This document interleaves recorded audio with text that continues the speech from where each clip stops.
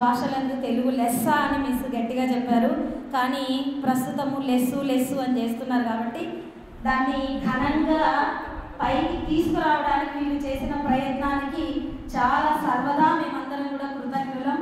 నిజంగా ఎప్పుడు మా ప్రిన్సిపల్ గారు అడుగుతూ ఉంటారనమాట, ఎందుకు అన్ని మిస్టేక్స్ చేస్తారు, మనం చదువుకునేటప్పుడు చేయలేదే, ఎందుకు చేస్తారు అన్నప్పుడు చాలా పెద్ద క్వశ్చన్ మార్క్ ఉండేది.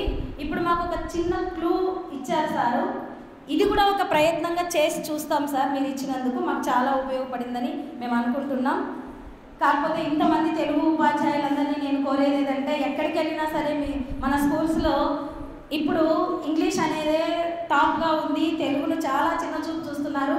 దయచేసి తెలుగుని ఎక్కడా కూడా తగ్గించకుండా తెలుగు గొప్పతనాన్ని ప్రతిసారి తెలుగు భాషా దినోత్సవం వచ్చిన రోజున మనం తక్కువ చేసుకోకుండా దాన్ని చేసి చూపించి తెలుగు భాష గొప్పతనం ఏదో, అజంతా భాష అని ఎందుకన్నారో, ఇటాలియన్ ఆఫ్ ద ఈస్ట్ అని ఎందుకన్నారో చేసి, అంటే కొంచెం ఏం కాదులే ఎవరైనా ఫీల్ అవుతారేమో లేకపోతే ఎవరైనా నవ్వుతారేమో అని అనుకోకుండా పద్యంలాగానే పాడి వినిపించండి. దయచేసి బుర్రకథలాగానే చెప్పి వినిపించండి. పిల్లల చేత రకరకాల వేషాలు వేయించండి.